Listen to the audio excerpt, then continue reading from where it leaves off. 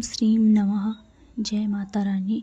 आशा करती हूँ आप सब लोग ठीक होंगे। तो आज हम इस वीडियो में जानेंगे शारदीय पूर्णिमा के बारे में, जिसको कि हम पूजाकृत पूर्णिमा के नाम से भी जानते हैं। और आश्विन महीने की यह पूर्णिमा है, और तो हम इसको फुआर नाम से भी जानते हैं। पूर्णिमा का व्रत हमें कब रखना है, स्नान दान की पूर्णिमा कब है, और सत्यनारायण की कथा कब कहलवानी है, और हमें इस व्रत पूर्णिमा के दिन कौन कौन से कार्य करने चाहिए, खीर कब रखनी चाहिए चंद्रमा के सामने, रोशनी के सामने। और अगली चीज़ क्या है कि स्नान पूर्णिमा के साथ साथ एक चीज़ और हो रही है, इस दिन कार्तिक स्नान भी प्रारंभ हो रहा है। वो हमें कब करने हैं, मतलब इस वीडियो में आपको बहुत सारी जानकारियाँ अभी मिलेंगी आगे, तो आप वीडियो को पूरा देखें। इससे पहले मेरे चैनल शिव शक्ति का साथ मिलेंगे को सब्सक्राइब करें, लाइक करें, कमेंट करें, और कमेंट में जय माता दी जरूर लिखें, और ओम श्रीम नमः जरूर से लिखें। आपको एक चीज़ बता दूं, जो भी व्यक्ति या लोग सत्यनारायण की कथा पूरे साल भर नहीं करवा पाते हैं, तो आज के दिन अगर करवाएं, सुनवाएं, तो आपको पूरे साल का फल आपको मिल जाता है, पुण्य का फल। शरद पूर्णिमा ऐसा माना जाता है कि इस दिन चंद्रमा अपने 16 कलाओं से परिपूर्ण रहते हैं। ऐसा माना जाता है जो भी उनकी किरणें हैं उनसे अमृत की वर्षा होती है, और जो भी हम खीर वगैरह बनाते हैं उसमें चंद्रमा की रोशनी पड़ने से वह अन्न अमृत के समान हो जाता है। तो इसलिए हमको आज के दिन बहुत सारे छोटे छोटे उपाय करने चाहिए अपने जीवन में खुशियाँ लाने के लिए। तो इस दिन चंद्रमा की रोशनी के नीचे खीर रखना बहुत ही शुभ माना गया है। तो चलिए जानते हैं आपको खीर कब रखनी है। शुभ मुहूर्त शारदीय पूर्णिमा का शुभ मुहूर्त। पूजाकृत पूर्णिमा कब है? इस बार 6 अक्टूबर को शरद पूर्णिमा का व्रत रखा जाएगा, और व्रत की पूर्णिमा 6 अक्टूबर दिन सोमवार के दिन है। और स्नान दान की पूर्णिमा सप्तशती की कथा आप 7 तारीख को कर सकते हैं। 7 तारीख मंगलवार के दिन आप स्नान पूर्णिमा का पूजन कीजिए। उस दिन आप सुबह उठ कर के स्नान वगैरह करना होता है। इस दिन कहा जाता है कि गाय के दूध से बनी हुई चावल की खीर को अगर हम चंद्रमा की रोशनी के नीचे रखते हैं तो अमृत की वर्षा होती है। तो देखिए, चंद्र पूर्णिमा, खीर रखने की पूर्णिमा और व्याप्ति पूर्णिमा को खीर चंद्रमा की रोशनी में 11:15 के आसपास से रखनी है, क्योंकि उससे पहले माना जा रहा है कि राहु काल है, पता नहीं ऐसे। तो आपको 11:15 10:53 के आसपास ही आपको खीर रखनी है चंद्रमा की रोशनी में। खीर रखने से ऐसा माना जाता है कि अमृत की वर्षा होती है, और अगर हम एक औषधीय टाइप की वो खीर बन जाती है। अगर परिवार के सारे सदस्य उस खीर को खाएंगे तो एक तरह से अच्छी एनर्जी आती है, और सारे रोग तो दूर होते हैं। तो चलिए जानते हैं अब शरद पूर्णिमा के दिन सुबह से स्नान दान तक के पूरे समय में आपको क्या क्या करना है। सुबह आप व्रत रख लीजिएगा, और शाम को पूजा पाठ वगैरह करके चंद्रमा को अर्घ्य देने के बाद, और इस दिन हम विष्णु भगवान और माता लक्ष्मी की पूजा भी करते हैं। रात को 11 बजे के आसपास लोग लक्ष्मी मैया की पूजा करते हैं। आप शाम को भी लक्ष्मी मैया की पूजा कर सकते हैं अगर रात को नहीं कर पाते हैं तो। माता के सामने थोड़ी सी खीर रख दीजिएगा, थोड़ी सी आरती वगैरह कर लीजिएगा, थोड़ी सी अखंड दीपक भी जला सकते हैं तो जला दीजिएगा। माना जाता है कि इस दिन पूरी रात भर जाकर माता लक्ष्मी की पूजा आराधना करनी चाहिए।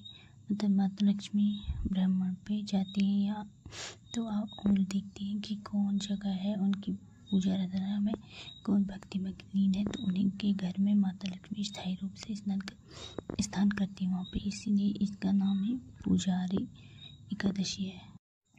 तो माता रानी की पूजा करने के बाद हम शाम को चंद्र देवता को अर्घ्य दे के, चंद्र देवता को पान के पत्ते से दिया जाता है, अर्घ्य सिक्के से दिया जाता है, सुपारी से, कच्चे दूध से, इन्हीं सब चीज़ों से हम चंद्रमा को अर्घ्य देते हैं।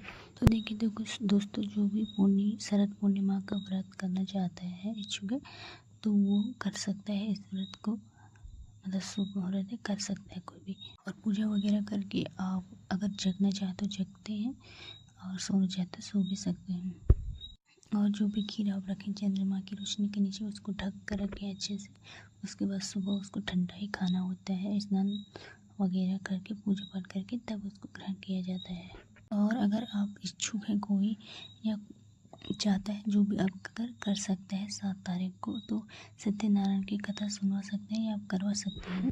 तो आप सत्यनारायण की कथा खुद से भी सुन सकते हैं, पढ़ सकते हैं, या तो किसी पंडित जी से पढ़वा सकते हैं और उन्हें दान दक्षिणा करके विदा कर सकते हैं। तो 7 अक्टूबर के दिन हमें 4 बजे से 5 बजे के बीच में स्नान वगैरह कर लेना चाहिए।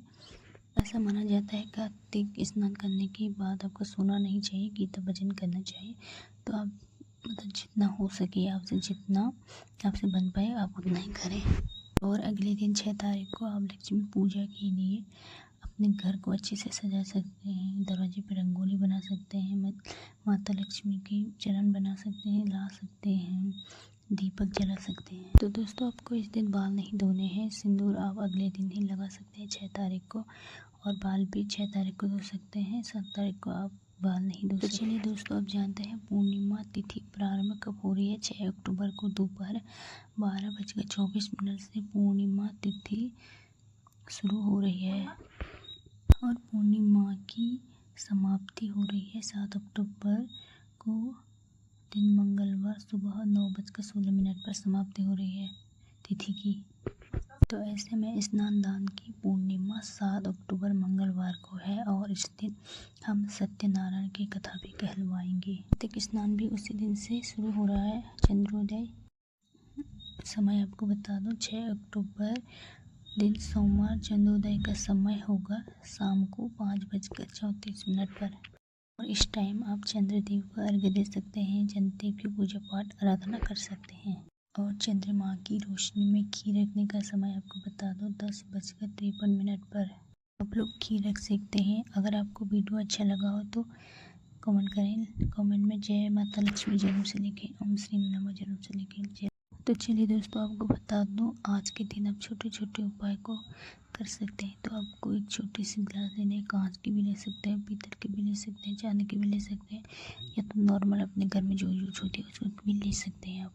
और उसके बाद उस गिलास में पानी डाल दीजिए और उसके बाद 2 चम्मच शहद डाल के उसको घोल दीजिए पानी को अच्छे से। आपको ये उपाय रात को 9 बजे के बाद करना है और आपको एक मंत्र भी बोलते जाना है। वो मैं आपको बता दूं, ओम श्रीम ह्रीम क्लीम लक्ष्मी भयो नमः। चाहो तो इस मंत्र का 108 बार भी जाप कर सकते हैं, 21 बार भी कर सकते हैं। और या तो मतलब जितना आप मन करे, आपका मन करे, गिलास में पानी को घुमाते घुमाते चम्मच से आप इस मंत्र को जाप कर सकते हैं जितना आपका मन करे। और अब आपको इस जल को या तो किसी कपड़े से ढक देना है या तो किसी प्लेट से ढकना है, पर आपको ये ध्यान रखना है कि प्लास्टिक की चीज़ से ही पानी को नहीं ढकना है और चंद्रमा की रोशनी पर रख देना है 9 बजे के बाद। और उसके बाद अगले दिन आपको ये पानी नहा धो करके सारे घर वाले इसको पी सकते हैं। जो ये आपने जल रखा था और पिया है, इससे आपको फ़ायदा क्या होगा कि आपके घर में माता लक्ष्मी की कृपा हमेशा बनी रहेगी और आपके जो भी रिलेशनशिप है वो अच्छे होंगे। और तीसरा है जो कि कर्जे और पैसे से आपकी दिक्कत थी, वो भी सारी समस्याएं दूर हो जाएंगे। तो चलिए जानते हैं दूसरा उपाय क्या है। दूसरे उपाय को आपको लेना है एक चांदी का सिक्का। अगर चांदी का सिक्का ना हो तो आप कोई भी नॉर्मल सिक्का ले सकते हैं और उसको एक सफ़ेद कपड़े पर बांध दीजिए, कॉटन के कपड़े पे। अगर वो भी नहीं है कॉटन कपड़ा तो आप एक सफ़ेद कागज़ पर उसको उस सिक्के को लपेट दीजिएगा। और उसके बाद आपको ये हमने सिक्का लिया है, इसको आपको चांद की रोशनी पर रख देना है। और जो मंत्र मैं आपको बताने जा रही हूँ उसका 108 बार भी चेंट कर सकते हैं, 21 बार या कितनी बार चाहो आप जाप कर सकते हैं। ओम श्री महालक्ष्मी नमः। अब इससे होगा क्या, अगर आपके घर में पैसे आते तो हैं पर टिकते नहीं, तो इस उपाय को करने से आपके घर में पैसे टिकने लग जाएंगे।